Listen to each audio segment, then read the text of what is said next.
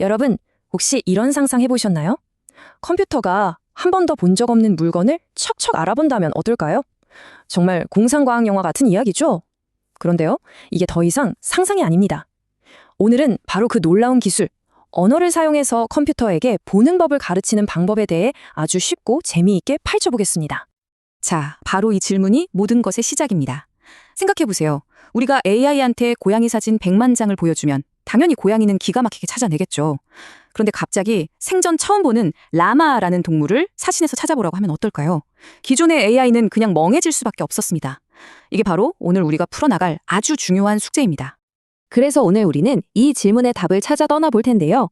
먼저 기존 방식의 한계가 뭐였는지 짚어보고 이걸 어떻게 이야기라는 기발한 방법으로 해결했는지, 그리고 그 학습 방법과 놀라운 결과까지, 마지막으로 이 기술이 열어갈 미래는 어떤 모습일지 차근차근 따라가 보겠습니다. 자, 본격적으로 해결책을 알아보기 전에 도대체 왜 이게 AI한테 그렇게나 어려운 문제였는지 그 배경부터 잠깐 짚고 넘어갈게요. 보지 못한 것을 본다. 이게 말처럼 쉽지가 않거든요. 이 기술을 좀 전문적인 용어로는 개방형 어휘 객체 검출, 줄여서 OVD라고 부릅니다. 개념은 아주 간단해요. 마치 어린아이가 세상에 있는 모든 모양의 의자를 다 보지 않아도 저것도 의자구나 하고 개념을 배우는 것처럼요. AI도 훈련 데이터에 없던 새로운 물건을 텍스트 설명만으로 알아맞히게 하는 바로 그 능력입니다. 근데 예전 방식은요, 솔직히 말해서 좀 비효율의 끝판왕이었어요. 수백만 장, 수천만 장의 사진에 사람이 일일이 달라붙어서 이건 고양이, 저건 리모컨, 이렇게 단어 꼬리표를 달아줘야 했거든요. 시간과 돈은 어마어마하게 들어가는데 정작 AI는 사진 속 고양이가 리모컨 옆에서 자고 있는지 싸우고 있는지 그 관계나 맥락은 전혀 이해하지 못하는 그야말로 반쪽짜리 학습이었던 거죠. 그래서 연구자들이 판을 완전히 뒤집는 생각을 해냅니다.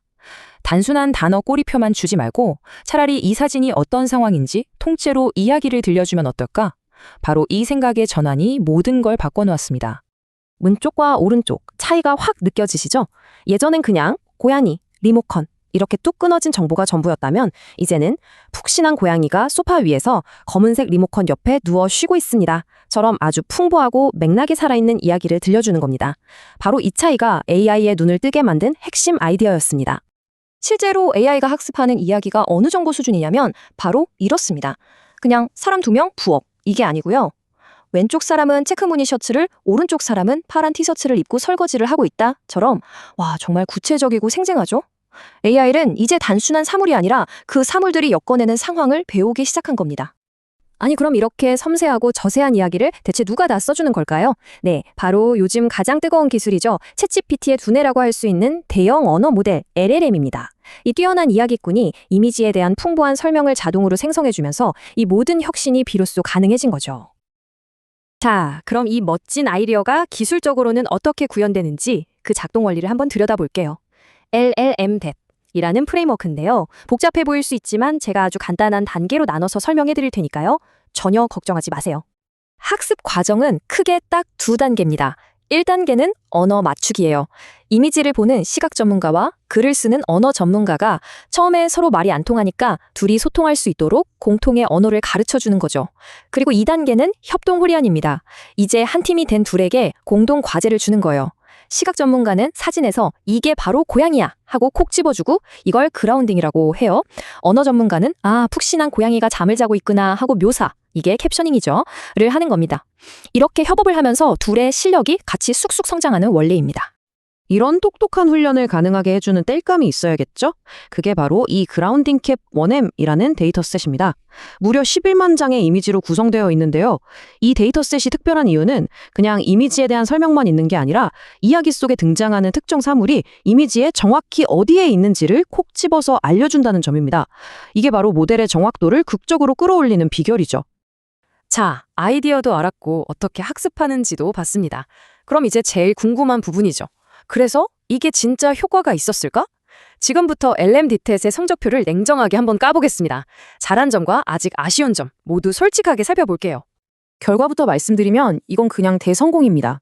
주요 성능 평가에서 기존의 최고 모델들을 가뿐히 뛰어넘었고요. 특히 한 번도 본 적 없는 희귀한 물건을 찾아내는 능력이 말도 안 되게 좋아졌습니다. 근데 진짜 놀라운 건 따로 있어요. 이 똑똑한 LLM은 훈련시킬 때만 선생님처럼 잠깐 쓰고 실제 현장에 투입할 땐 빼버린다는 겁니다. 이게 무슨 뜻이냐면요. 추가적인 컴퓨팅 비용 없이 성능만 공짜로 얻는 거나 마찬가지라는 거죠. 정말 똑똑한 전략이죠. 물론 뭐든 완벽할 순 없겠죠. 연구자들도 솔직하게 몇 가지 한계점을 인정했습니다. 예를 들어 훈련시킨 LLM이 가끔은 생각보다 좀 짧은 설명을 만들어내는 경향이 있다거나 하는 점들이요. 하지만 이런 한계점들이 있다는 건 오히려 이 기술이 앞으로 더 발전하고 개선될 여지가 많이 남아있다는 긍정적인 신호이기도 합니다. 말로만 들으면 잘 와닿지 않을 수 있으니 이제부터는 확실한 숫자로, 객관적인 데이터로 이 새로운 방법이 얼마나 대단한 발전을 이뤄냈는지 직접 보여드리겠습니다. 이 숫자들 뒤에 숨겨진 의미를 함께 파헤쳐 보시죠. 자, 이게 바로 LBIVS라는 아주 공신력 있는 표준 시험의 성적표입니다. 다른 숫자들은 잠시 잊으셔도 좋고요. 맨 오른쪽에 있는 AP, 전체, 이게 바로 종합 점수라고 보시면 됩니다. 기존의 최고 성능 모델이 36.8점이었는데 우리가 오늘 살펴본 LLM T10은 무려 51.1점을 기록했습니다. 점수가 거의 15점 가까이 올랐는데 이 분야에서 이 정도의 점수 향상은 정말 엄청난 도약이라고 할 수 있습니다. 그런데 진짜 하이라이트는 바로 이겁니다. AP립, 즉 희귀 객체를 얼마나 잘 찾아내는지에 대한 점수인데요. 데이터에 몇 번 등장하지도 않는 희귀템을 알아보는 능력이죠. 기존 모델이 28.1점이었는데 LLMD넷은 45.1점으로 거의 수직 상승했습니다. 이게 바로 단어가 아니라 이야기로 학습시킨 효과가 제대로 폭발했다는 가장 결정적인 증거입니다. 이 모델이 얼마나 똑똑하냐면요. 그냥 우리가 찍은 실제 사진만 잘 보는 수준이 아닙니다. 보시는 것처럼 그림이나 만화, 심지어 대충 그린 스케치 같은 전혀 다른 스타일의 이미지에서도 사물을 정확하게 찾아냅니다. 이건 단순히 사진의 패턴을 외운 게 아니라 고양이라는 존재의 본질, 그 추상적인 개념 자체를 이해했다는 뜻이나 마찬가지입니다. 자, 이제 마지막으로 한 걸음만 더 뒤로 물러나서 이 연구가 갖는 더 큰 의미를 한번 생각해보죠. 이건 단순히 성능 좋은 모델 하나가 나왔다는 이야기에 그치지 않습니다. 인공지능이 세상을 인식하는 방식 자체에 대한 새로운 패러다임을 제시하고 있거든요. 연구자들이 논문에서 한 이 말이 저는 정말 핵심이라고 생각하는데요. 한번 보세요. 언어 모델, LLM이 시각 모델을 더 똑똑하게 만들었죠. 그럼 더 똑똑해진 시각 모델이 다시 다음 세대의 언어 모델을 더 발전시킬 수 있다는 겁니다. 서로가 서로를 가르치고 끌어주면서 무한히 성장하는 엄청난 선순환 구조가 만들어질 수 있다는 뜻입니다. 언어가 컴퓨터에게 보는 법을 가르쳤습니다. 그렇다면 다음은 뭘까요? 어쩌면 언어는 컴퓨터에게 듣는 법이나 심지어 느끼는 법까지도 가르쳐줄 수 있지 않을까요? 이 흥미로운 질문을 여러분께 남기면서 오늘 분석은 여기서 마치겠습니다. 감사합니다.